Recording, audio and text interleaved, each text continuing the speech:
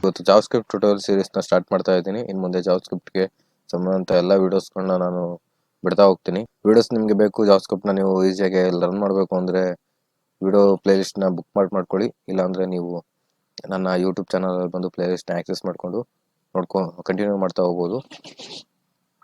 First ನಾವು ಜಾವಾಸ್ಕ್ರಿಪ್ಟ್ನ introduction ತೊಗೊಳೋಣ. JavaScript ಅಂದರೆ ಏನು ಅಂತ. ಜಾವಾಸ್ಕ್ರಿಪ್ಟ್ನ ಏನಕ್ಕೆ ಯೂಸ್ ಮಾಡ್ತಾರೆ? ಜಾವಾಸ್ಕ್ರಿಪ್ಟ್ ಅಂದರೆ ಒಂದು ಪ್ರೋಗ್ರಾಮಿಂಗ್ ಲ್ಯಾಂಗ್ವೇಜ್ನ ವೆಬ್ಸೈಟಲ್ಲಿ ಫಂಕ್ಷನಾಲಿಟಿ ಕೊಡೋಕ್ಕೋಸ್ಕರ ತುಂಬ ಯೂಸ್ ಮಾಡ್ತಾರೆ. ಮೇನ್ಲಿ ಇದನ್ನು ವೆಬ್ಸೈಟಲ್ಲಿ ವೆಬ್ ಡೆವಲಪ್ಮೆಂಟಲ್ಲಿ ಯೂಸ್ ಮಾಡೋದು ಜಾಸ್ತಿ. ಯಾಕಂದರೆ ಇದು ಇಂಟ್ರೊಡ್ಯೂಸ್ ಆಗಿದ್ದೇ ವೆಬ್ಸೈಟ್ ಡೆವಲಪ್ಮೆಂಟಲ್ಲಿ ಯೂಸ್ ಮಾಡೋಕ್ಕೆ. ಅದನ್ನು ಇವಾಗ ರೀಸೆಂಟ್ ಡೇಸಲ್ಲಿ ವೆಬ್ಸೈಟ್ ಬಿಟ್ಟು ಬೇರೆ ಕಡೆನೂ ಯೂಸ್ ಮಾಡ್ತಾರೆ.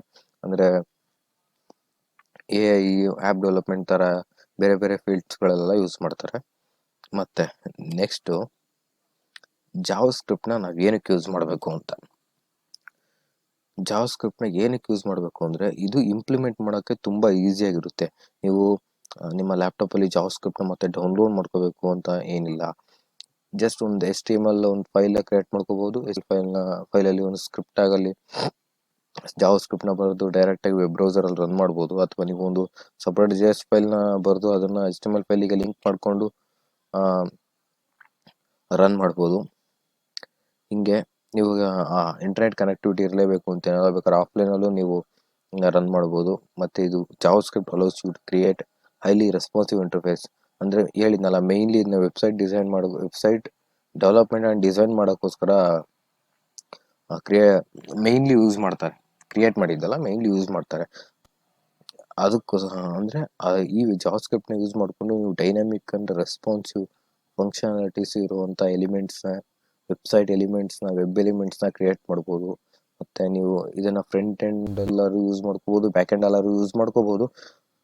Node.js ಈಗ ಬಂದಿರುವಂಥ ಜಾವಾಸ್ಕ್ರಿಪ್ಟ್ ಫ್ರೇಮ್ವರ್ಕ್ Node.js ಆ ಥರ ಎಲ್ಲ ಇರುವಂಥ ಫ್ರೇಮ್ವರ್ಕಿಂದ ನಾವು ಬ್ಯಾಕ್ ಎಂಡ್ಗೂ ಯೂಸ್ ಮಾಡ್ಕೋಬೋದು. ಅಕಸ್ಮಾತ್ ನಿಮಗೆ ಫ್ರೇಮ್ವರ್ಕ್ ಅಂದರೆ ಏನು ಅಂತ ಗೊತ್ತಿಲ್ಲ ಅಂದರೆ ನಾನು ವಾಟ್ ಇಸ್ ಅ ಫ್ರೇಮ್ವರ್ಕ್ ಅಂತ ಒಂದು ವಿಡಿಯೋ ಹಾಕಿದ್ದೀನಿ. ಅದನ್ನು ಬೇಕಾದ್ರೆ ನೀವು ನೋಡಿ ಫ್ರೇಮ್ವರ್ಕ್ ಅಂದರೆ ಏನು ಅಂತ ತಿಳ್ಕೊಬೋದು. ಜಾವಾಸ್ಕ್ರಿಪ್ಟ್ನ ನಾವು ಎಲ್ಲೆಲ್ಲಿ ಯೂಸ್ ಮಾಡ್ತೀವಿ? ನಾನು ಆಗಲೇ ಹೇಳ್ದಂಗೆ ಜಾವಾಸ್ಕ್ರಿಪ್ಟ್ನ ವೆಬ್ಸೈಟ್ ಡಿಸೈನ್ ಮತ್ತು ವೆಬ್ ಡೆವಲಪ್ಮೆಂಟಲ್ಲಿ ತುಂಬ ಯೂಸ್ ಮಾಡ್ತೀವಿ. ಯಾಕಂದರೆ ಮೇಯ್ನ್ಲಿ ಇದು event based language. What is event based language ಅಂದರೆ ಇದು ಮೇಯ್ನ್ಲಿ ವರ್ಕ್ ಮಾಡೋದೇ ಒಂದು ಇವೆಂಟ್ ಮೇಲೆ. ಅಂದರೆ ಇದು ವರ್ಕ್ ಮಾಡೋದು ಇವೆಂಟ್ ಮೇಲೆ ಅಲ್ಲ, ಇದನ್ನು ಯೂಸ್ ಮಾಡೋದು ಒಂದು ಇವೆಂಟ್ ಮೇಲೆ ವರ್ಕ್ ಮಾಡೋಕ್ಕೋಸ್ಕರ. ಇವಾಗ ಒಂದು ಬಟನ್ ಇದೆ ಅಂದ್ಕೊಳ್ಳಿ, HTML ನೀವು ಬಟನ್ನ ಕ್ರಿಯೇಟ್ ಮಾಡಿದ್ದೀರಾ, ಅದಕ್ಕೆ CSS ಅಲ್ಲಿ ಸ್ಟೈಲಿಂಗ್ ಕೊಟ್ಟಿದ್ದೀರಾ.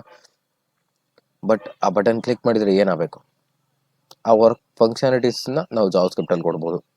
ಇದೇ ಥರ ಇದರಲ್ಲಿ ತುಂಬ ಇವೆಂಟ್ಸ್ಗಳು ಬರ್ತವೆ.